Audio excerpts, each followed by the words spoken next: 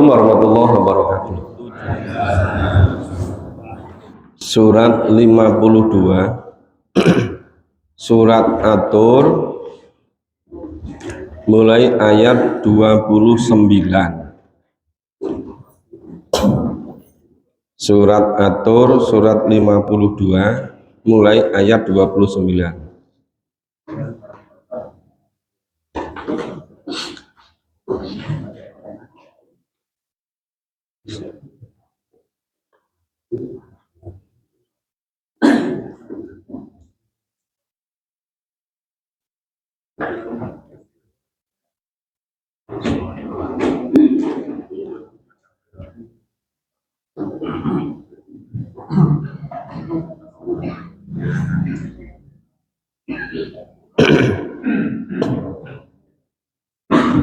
Sudah ketemu Bapak Ibu?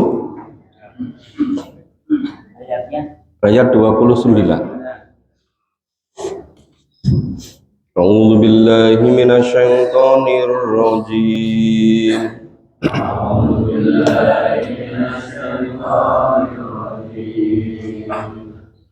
Fadzakir fama anta bi ni'mati rabbika bikahinin wala majnun.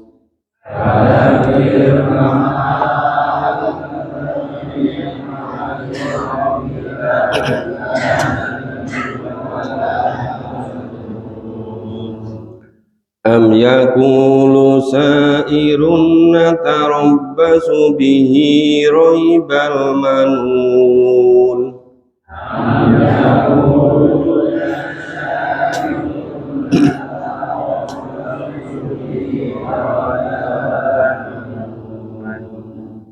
Qul tarabbasu fa inni ma'akum minal mutarabbisin.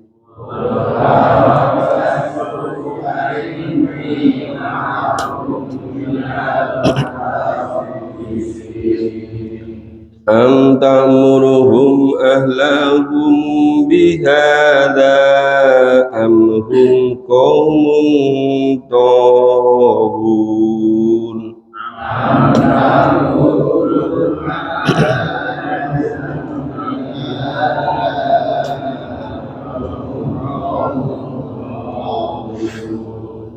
Am yaquluna taqawwalahu bal la yu'minun.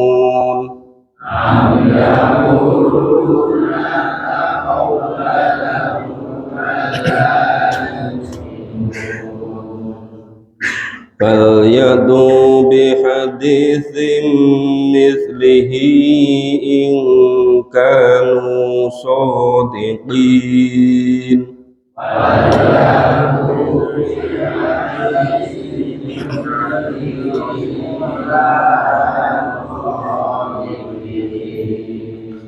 Am khuliqu min ghairi syai'in am humul khaliqun.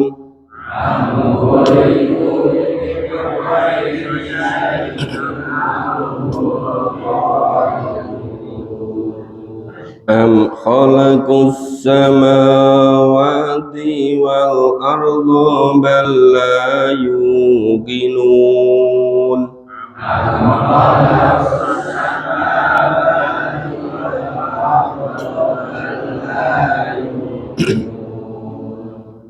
Am indahum khazainu rabbika am humul musaytirun.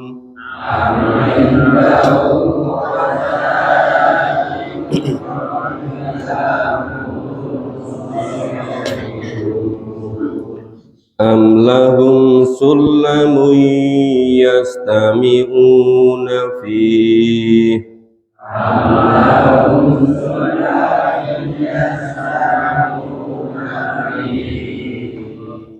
Wal yatim mustami'uhum bisultanin mubin.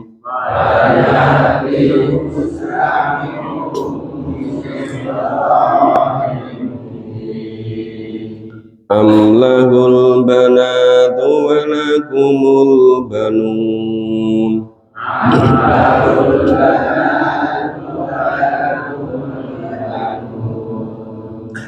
أم تسألهم أجرا فهم من مغرم مثقلون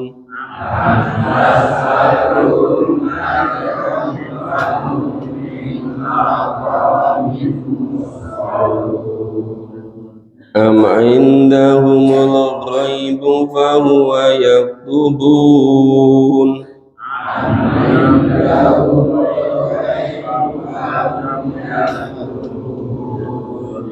أم يريدون كيدا فالذين كفروا هم المكيدون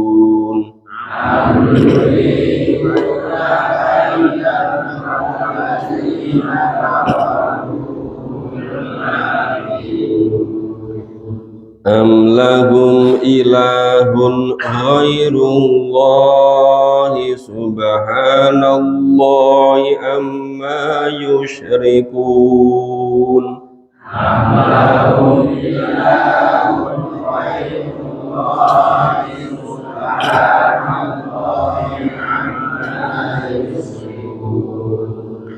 وإن يروا كسفا من السماء ساقطا يقولوا سحاب مركوم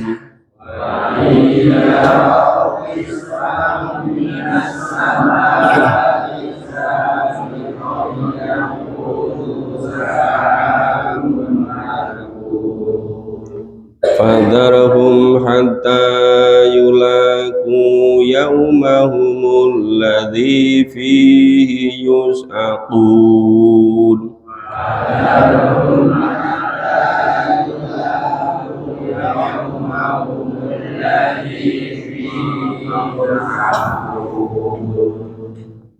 يوم لا يغني عنهم كيدهم شيئا ولا هم ينصرون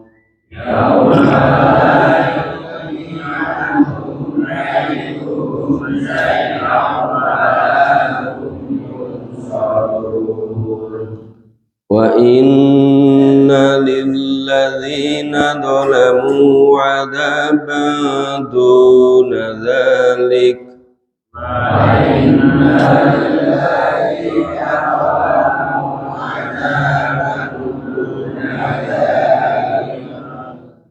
ولكن أكثرهم لا يعلمون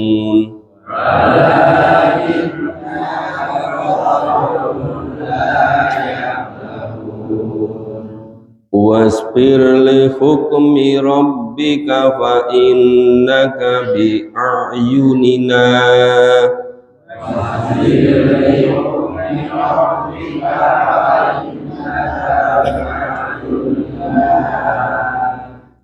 وسبح بحمد ربك حين تقوم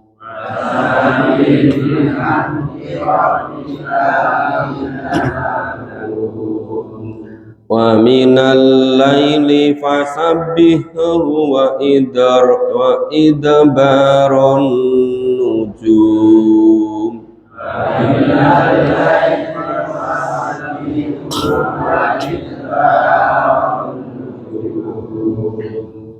Ya, ayat 29, 30, 31, 32 itu orang-orang kafir, orang-orang yang ingkar, yang menutup, tidak mau menerima kebenaran ya kerasulan Nabi besar Muhammad SAW. Bukan sekedar mereka kufur, tetapi mereka menganggap bahwa Nabi itu tukang kahin, ya tukang tenung, bukan tukang tenun loh ya, tukang tenung, dan menganggap Nabi orang gila. itu pikiran-pikiran mereka, itu dugaan-dugaan mereka. Nah, maka Allah memastikan ya, dan mendidik Rasulullah supaya tetap memberi peringatan, karena dipastikan Nabi bukanlah seorang tukang tenung dan Nabi bukanlah orang gila.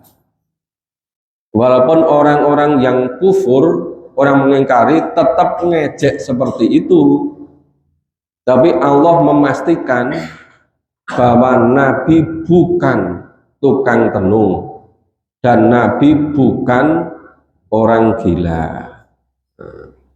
Nah, kemudian orang-orang kafir yang menganggap Nabi berikutnya adalah seorang tukang sihir, ya, sairun, seorang tukang sihir. Nah, karena menganggap Nabi seorang tukang sihir, mereka meyakini, mereka menginginkan ya tukang sihir itu nanti umurnya tidak lama, akan meninggal pada usia muda. Mereka menganggap nanti akan meninggal muda seperti bapaknya. Jadi banyak Rasulullah itu kan, Rasulullah belum lahir sudah meninggal kan, meninggal usia muda kan. Nah, mereka menanti-nanti, nah, menganggap Rasulullah itu tukang sihir, nggak lama lagi akan meninggal pada usia muda. Maka yang ayat 31, udah kalau gitu kamu tunggu saja. Tapi Rasulullah melalui Allah juga menunggu, nanti mana yang terbukti, gitu kan? Nah, ternyata itu hanya pikiran-pikiran mereka, hanya ejekan-ejekan mereka, hanya hinaan-hinaan mereka. Ya, mereka termasuk kaum yang melampaui batas. Jadi membuat isu, membuat tuduhan yang macam-macam, gitu kan? Ya. Bahkan setelah mereka gagal bahwa Nabi itu seorang tukang tenung, Nabi seorang gila, Nabi seorang tukang syair, semuanya gagal total. Akhirnya apa? Mereka nggak isu lagi. Ayat 33, bahwa Quran itu bukan wahyu dari Allah, buat-buatan Nabi sendiri. Nah, jadi mereka semula mengingkari kebenaran utusan Allah. Berikutnya mereka mengingkari wahyu, tidak mau menerima kebenaran Al-Quran. Mereka menganggap Al-Quran itu buatan Nabi. Maka pada 34, ya kalau Quran itu buatan Nabi, tentu kamu juga bisa membuat. Coba kalau gitu, datangkanlah, ya buatlah kalimat atau model ayat yang seperti Al-Quran. Kalau kamu memang orang-orang yang benar, kamu kalau orang jujur, mengatakan bahwa Al-Quran itu bukan wahyu dari Allah, Al-Quran itu buatan Nabi sendiri. Loh, padahal sudah disampaikan bahwa Nabi itu ummi, tidak bisa membaca, tidak bisa menulis. Orang-orang kafir malah menuduh Al-Quran itu buatan Nabi Muhammad sendiri. Udah kalau begitu, tentu kamu juga pintar membuat seperti Al-Quran, coba buatlah, gitu kan, ditantang. Ternyata mereka tidak bisa membuatnya. Ya. Kemudian ayat 35, ya, apakah mereka diciptakan tanpa sesuatu ataukah mereka yang menciptakan? Yang ayat 35 ini mengingkari Allah sebagai zat pencipta, Allah sebagai satu-satunya, atau Allah Esa, Maha Pencipta, Maha Kuasa, Maha Mengetahui. Mereka nggak mau iman seperti itu, maka disanggah. Nah, Coba, itu semuanya kok jadi dengan sendirinya? Apa mungkin dadi dewi? Siapa yang menciptakan? Gitu kan? Nah, terus ayat 36, am khalaqus samawati wal ard, ataukah langit bumi itu jadi dengan sendirinya? Nah, tetapi sebenarnya kenapa mereka layukinun? Kenapa mereka tidak yakin? Apa langit ini jadi dengan sendirinya? Apa bumi ini jadi dengan sendirinya? Apa kita bernafas dengan udara demikian segar pagi-pagi sejuk ini, apa jadi dengan sendirinya gitu? Nah, ini semua untuk membantah, ya, karena mereka kufur, tidak mau meyakini Allah sebagai zat pencipta. Nah, am indahum khazainu rabbika am humul musaitirun, ataukah di sisi mereka ada perbendaraan Tuhanmu atau mereka yang berkuasa? Loh, kalau semuanya langit bumi semuanya tadi yang mereka bukan Allah, siapa? Apa mereka memiliki sesuatu selain dari Allah? Atau ada yang maha kuasa selain Allah gitu kan? Ya, am lahum salamu yastami'una fi, atau mereka itu mempunyai tangga itu ya naik-naik sampai ke langit gitu ya, kemudian mendengarkan hal-hal gaib yang Allah wahyukan melalui malaikat kepada Nabi, atau mereka itu mencuri-curi wahyu, mencuri-curi informasi gitu. Falyati mustami'uhum bisultani mubin. Nah, hendaklah tadi yang mendengarkan, yang berantai mendengarkan mencuri-curi wahyu tadi di lain itu, coba datangkanlah suatu keterangan yang nyata. Kalau memang itu benar itu. Nah, terus mereka nuduh lagi bahwa ya Allah itu punya anak perempuan. Mereka sendiri yang punya anak laki-laki. Amlahul banat walakumul banun. Apa kamu semua menuduh bahwa Tuhan punya anak perempuan sedangkan kamu punya anak laki-laki?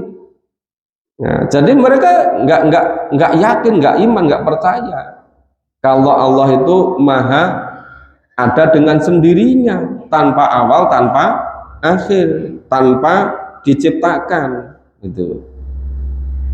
Kemudian atau kamu meminta ini, amtas alhum ajarofahum mimma berarti muskolu, ataukah kamu minta upah kepada mereka sehingga mereka dibebani dengan hutang. Nah, ini kalau betul-betul lillah, betul-betul sepenuhnya mukhlisina lahuddin, semuanya itu dalam rangka lillah, mengembalikan diri pada Allah. Jadi kalau fisabilillah memerlukan apa-apa, itu bukan untuk Nabi, bukan untuk sahabat, tapi semuanya untuk masing-masing besok di akhirat. Makanya disangka ini bukan minta apa itu, minta bayaran kemudian sampai hutang-hutang membebani kepada mereka, bukan. Itu semuanya adalah semata-mata untuk di akhirat besok, supaya nanti ketika menjelang sakaratul maut itu bisa tenang, bisa mudah ya datang ajal dengan baik, supaya di alam kubur merasakan seperti di alam surga, supaya di akhirat di surga kholidina fiha abada. Jadi kalau misalnya sampai sekarang ada yang mengeluhkan untuk fisabilillah, itu jangan anggap bahwa itu untuk orang lain atau untuk pimpinan. Itu semua semata-mata untuk diri sendiri, untuk kemudian besok di akhirat itu. Nah, apakah ada pada sisi mereka pengetahuan tentang yang gaib lalu mereka menuliskannya? Nah, apa mereka juga menerima informasi dari langit yang gaib kemudian mereka menuliskannya? Tidak ada. Itu semuanya hanya kebohongan mereka. Ya. Nah, itu sebenarnya mereka amyuridu nakaita. Mereka sekedar melakukan tipu daya. Nah, maka sesungguhnya orang-orang kafirlah yang kena tipu daya. Maunya mereka mengelabui, maunya mereka itu membuat isu aneh-aneh, merasa mereka bisa membuat tipu daya. Padahal mereka sendiri yang kena tipu daya. Mereka nanti di dunia sudah sengsara, apalagi di alam kubur, apalagi besok di akhirat. Maka amlahum ilahun wairullah. Apa mereka punya Tuhan selain Allah? Apa selain mereka itu orang-orang kafir dulu juga ada namanya umroh ke Baitullah. Tetapi di situ dipenuhi dengan patung-patung, dengan berhala-berhala.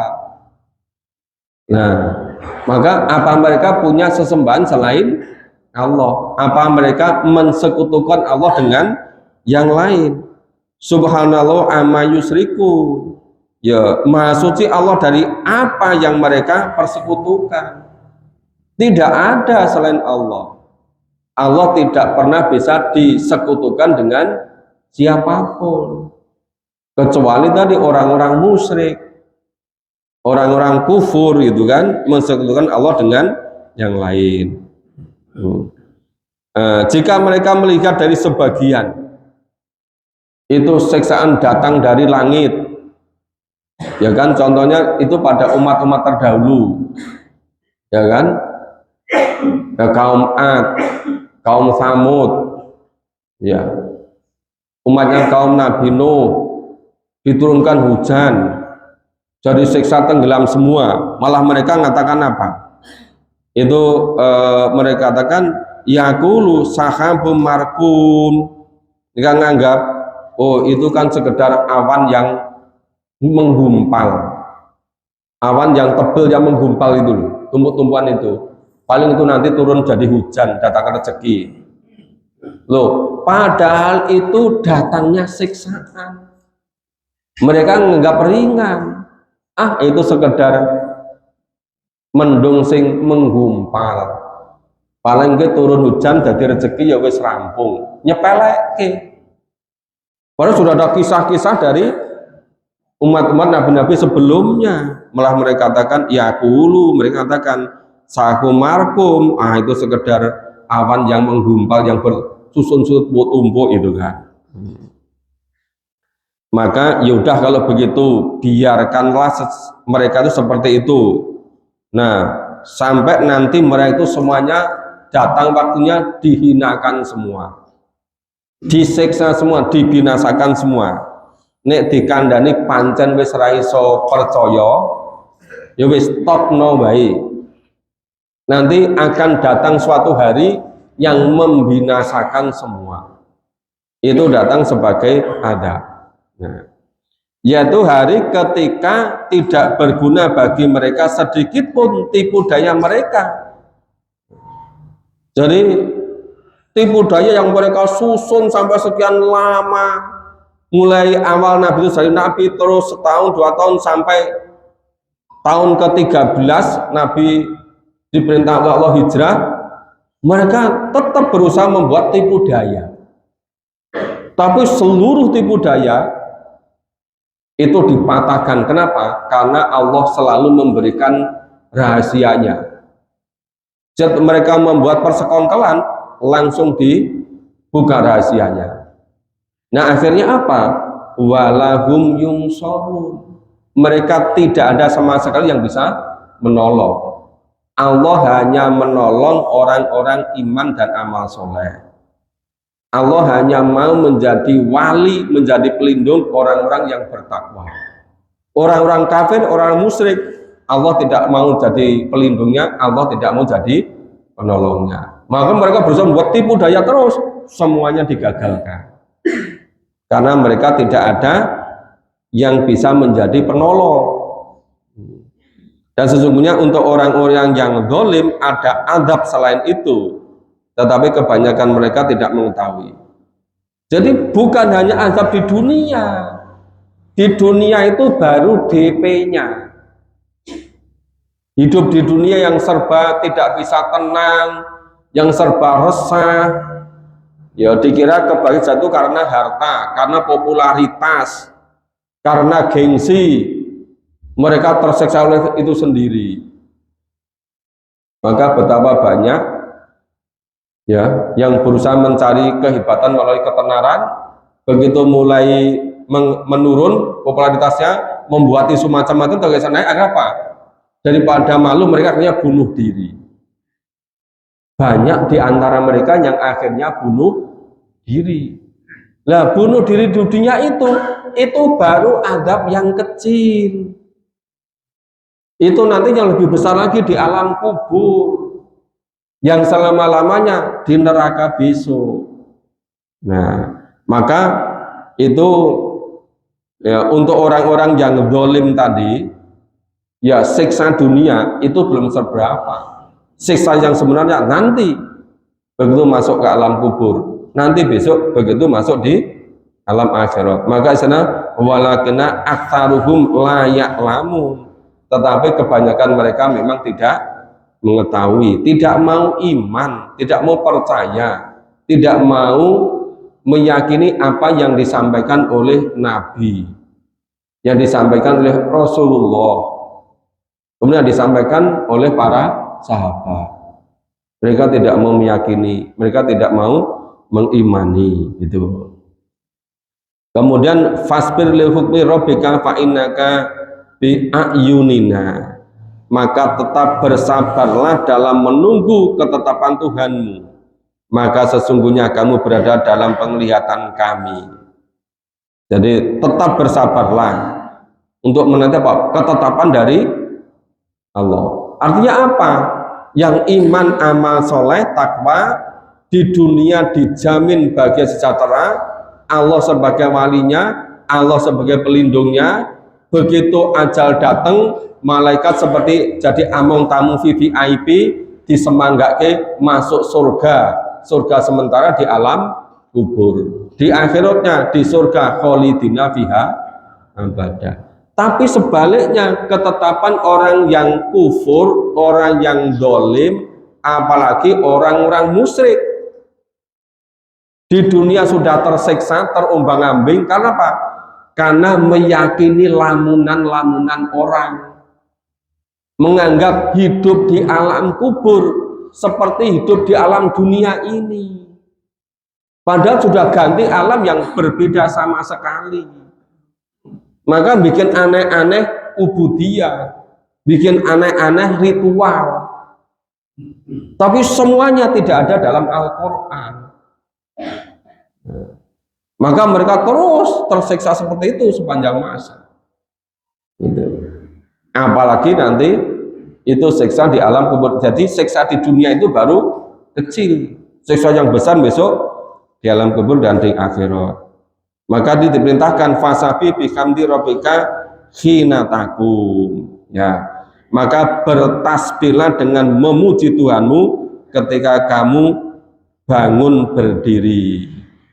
Ya bangun berdiri, qiyam ya apa bangun jam 2:30 pagi, apa jam 3, apa 3:30 itu kan, bangun bertasbih, ya mengambil air wudhu, sholat, baca Quran, memahami Quran, mengulang-ulang sebetul-betul paham.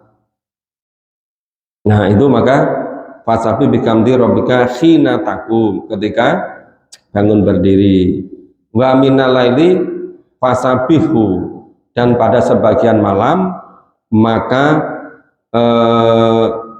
ini bertasbihlah. Fasabihu, bertasbihlah sebagian dari malam, separuh kurang sedikit atau sepertiganya. Jadi misalnya malam itu mulai masuk waktu sholat maghrib sampai waktu pagi subuh sampai ke suruk, kira-kira untuk kondisi Indonesia itu 12 jam.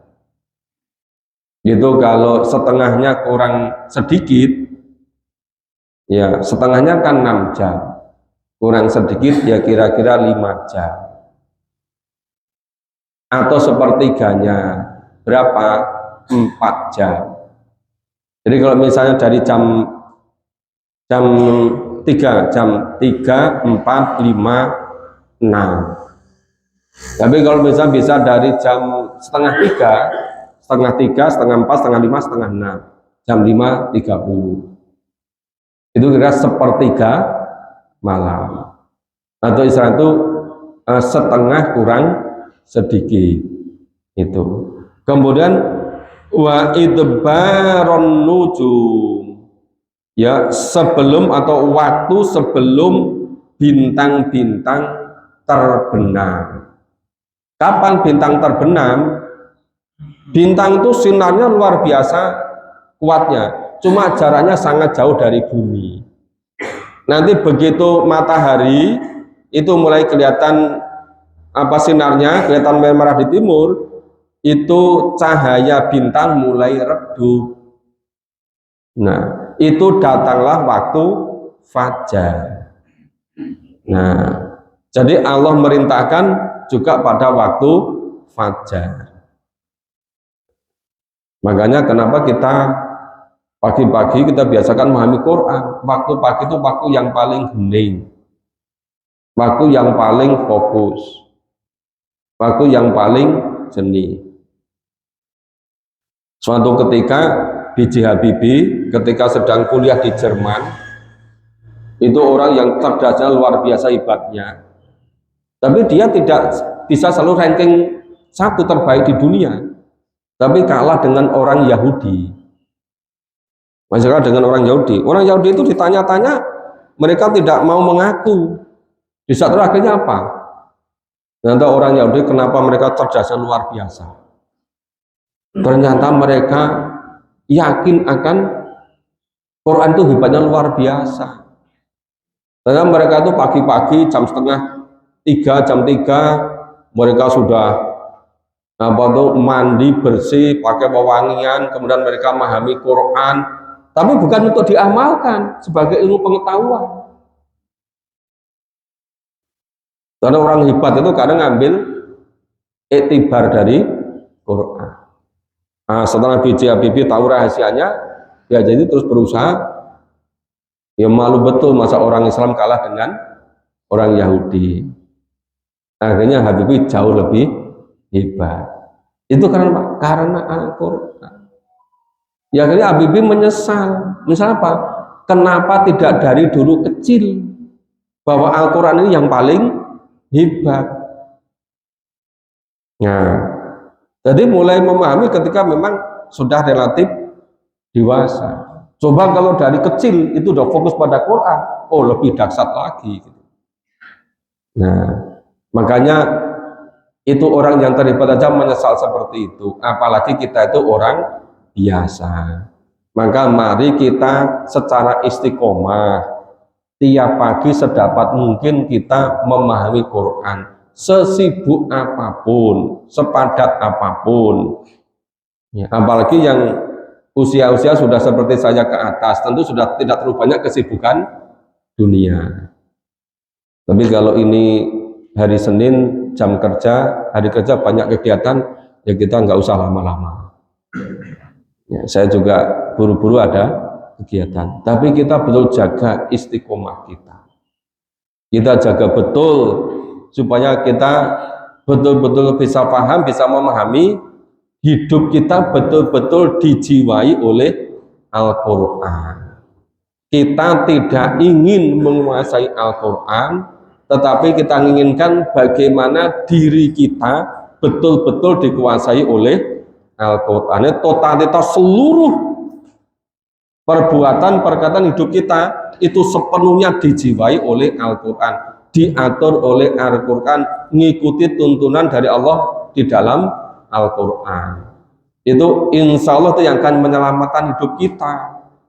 hidup kita di dunia ini, apalagi hidup besok di alam kubur, apalagi hidup besok di alam akhirat. Itu penentunya adalah dari persoalan iman. Maka ini surat At-Tur ini lengkap. Karena kebanyakan orang kafir, orang musyrik yang diingkari itu Allah sebagai Tuhan, Allah Esa, Allah sebagai pencipta, disanggah semua. Mereka mengingkari kerasulan Nabi Muhammad, disanggah semua. Mereka mengingkari akan adanya hari akhirat, disanggah semua. Maka surat At-Tur itu untuk keimanan ini relatif lengkap. Ya, ini ciri ayat surat yang turun periode Mekah. Itu betul-betul untuk menanamkan keimanan, keyakinan. Nah, maka kenapa orang-orang sekarang itu Islam tetapi imannya lemah? Karena nggak mau nekuni surat-surat Makkiyah, ya, tidak betul-betul secara detail, secara tertib. Nah, kita baru mulai 4 juz lebih sedikit sudah mulai tersingkap semua, ya kan? Coba nanti kalau sampai lengkap 30 juz. Kemudian untuk ngecek hidup ini, mana sesuai dengan Quran, mana yang tidak. Ketahuan semua kan? Nah, demikian Bapak Ibu untuk pagi hari ini. Coba bermanfaat. Besok pagi insya Allah kita teruskan surat berikutnya. Surat ke-53. Surat An-Najm. Ya, ini ayatnya pendek-pendek. Ya, insya Allah mudah dipahami. Insya Allah memberikan pertolongan pada kita. Insya Allah memberikan kemudahan pada kita. Ya. Nah, kalau Bapak Ibu nanti malam ada yang punya waktu, bisa juga hadir ke Masjid Al-Mubarak. Nanti sholat Isya, kemudian kita memahami Al-Quran dari lebih awal lagi, juz 30. Bagi yang berkenan silahkan, bagi yang punya kesibukan yang lain silahkan. Tapi memang yang paling intens memang di masjid ini. Kenapa? Karena ini tiap pagi, ini yang paling intens. Tapi kalau mau nambah lebih mendalami, interaksi lebih kuat lagi, silahkan. Bapak dipersilakan semua. Terima kasih semuanya. Mohon maaf kalau ada kurang dan salahnya. Kita akhiri bersama dengan baca hamdalah dan doa kafaratul majelis. Alhamdulillahirabbil alamin. Subhanallah wa bihamdika asyhadu an la ilaha illa anta astaghfiruka wa atubu ilaik. Assalamualaikum warahmatullahi wabarakatuh.